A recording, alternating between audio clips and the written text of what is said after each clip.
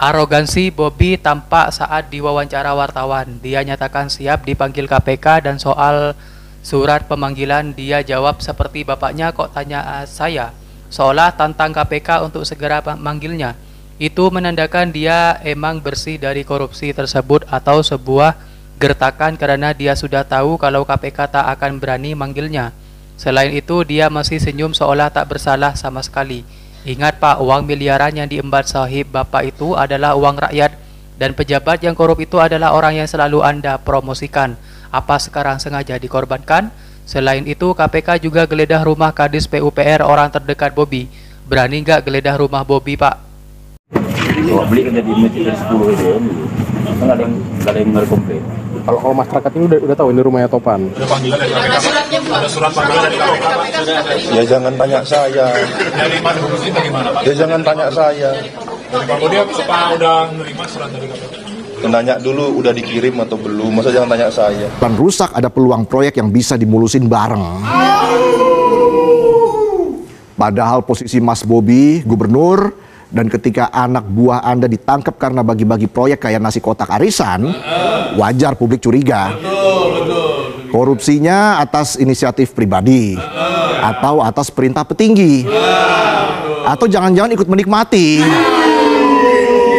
Ya udah tahu saya, kok nanya saya. Menanggapi kemungkinan Bobby bakal diperiksa, KPK sih bilang siapapun yang terlibat kami tindak. Publik udah sering banget dengar kalimat itu. Tapi jadi kalau berkaca kepada kasus Kaesang, jangan harap Bobby bisa diperiksa atau bahkan terseret dalam kasus ini. Jangan harap sama sekali. Bahkan dipanggil pun rasanya tidak mungkin. Karena Kaesang yang sudah sejelas itu pun tidak diproses. Tidak dilakukan klarifikasi, malah disuruh klarifikasi sendiri. Malah justru saya curiga ketika kasus ini ditangani oleh KPK, yaitu ya disengaja gitu. Ya supaya bisa mengamankan seorang Bobby Nasution. Tempat bosnya, taunya tempat bos. Walaupun kalau mereknya. Ada sih Bang Naga. Ada ya? Bang Naga ada. Kevin. Mana Bang? Rumahnya? Karena Topan ini dianggap sebagai orang dekat Gubernur Sumatera Utara, dia jadi berani. Dia jadi ditaati, diikuti oleh jajaran Pemprov Sumatera Utara ya, karena orang dekatnya gubernur. Siapa yang berani bantah? Siapa yang berani ngelawan gitu. ini mamangnya lagi nonton.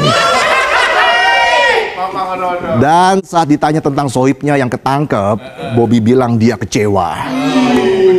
Kecewa doang nggak cukup buat mulusin jalan, apalagi buat nambal kerugian negara.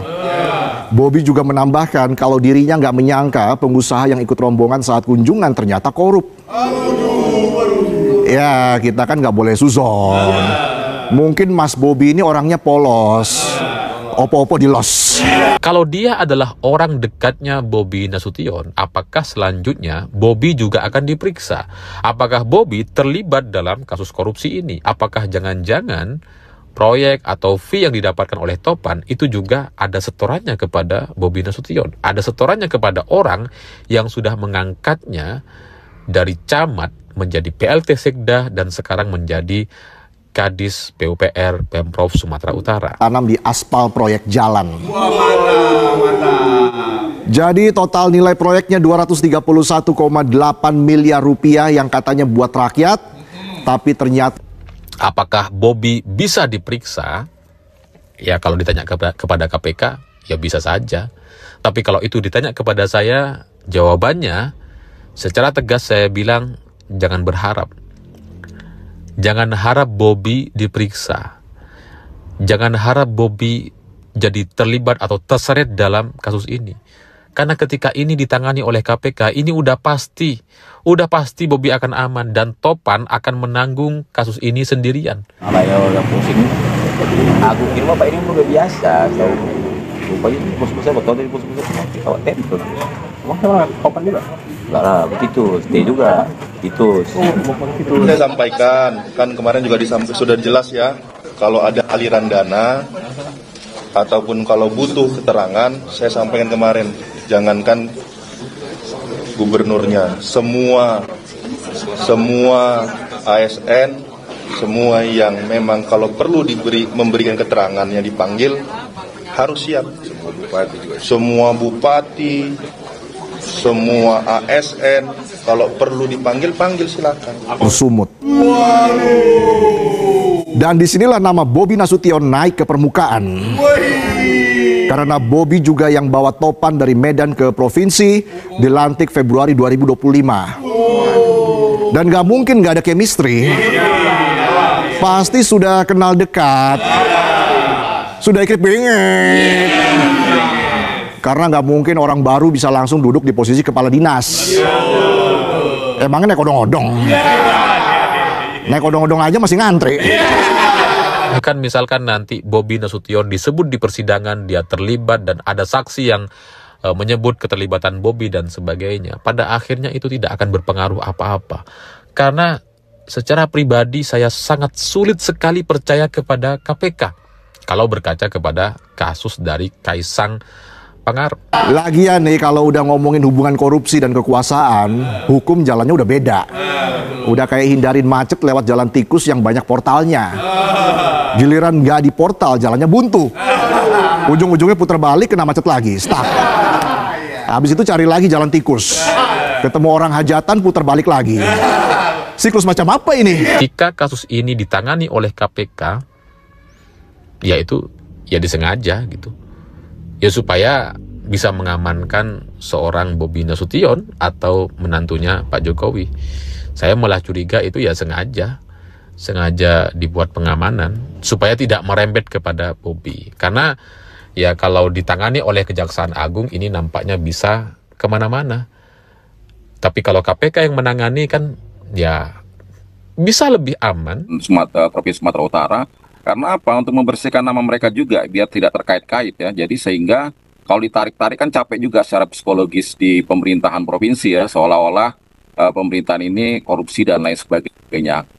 Alangkah lebih baiknya kalau memang ini menjadi sebuah momentum untuk pemerintah provinsi untuk menyatakan bahwa mereka tidak terkait dengan kasus-kasus tertentu.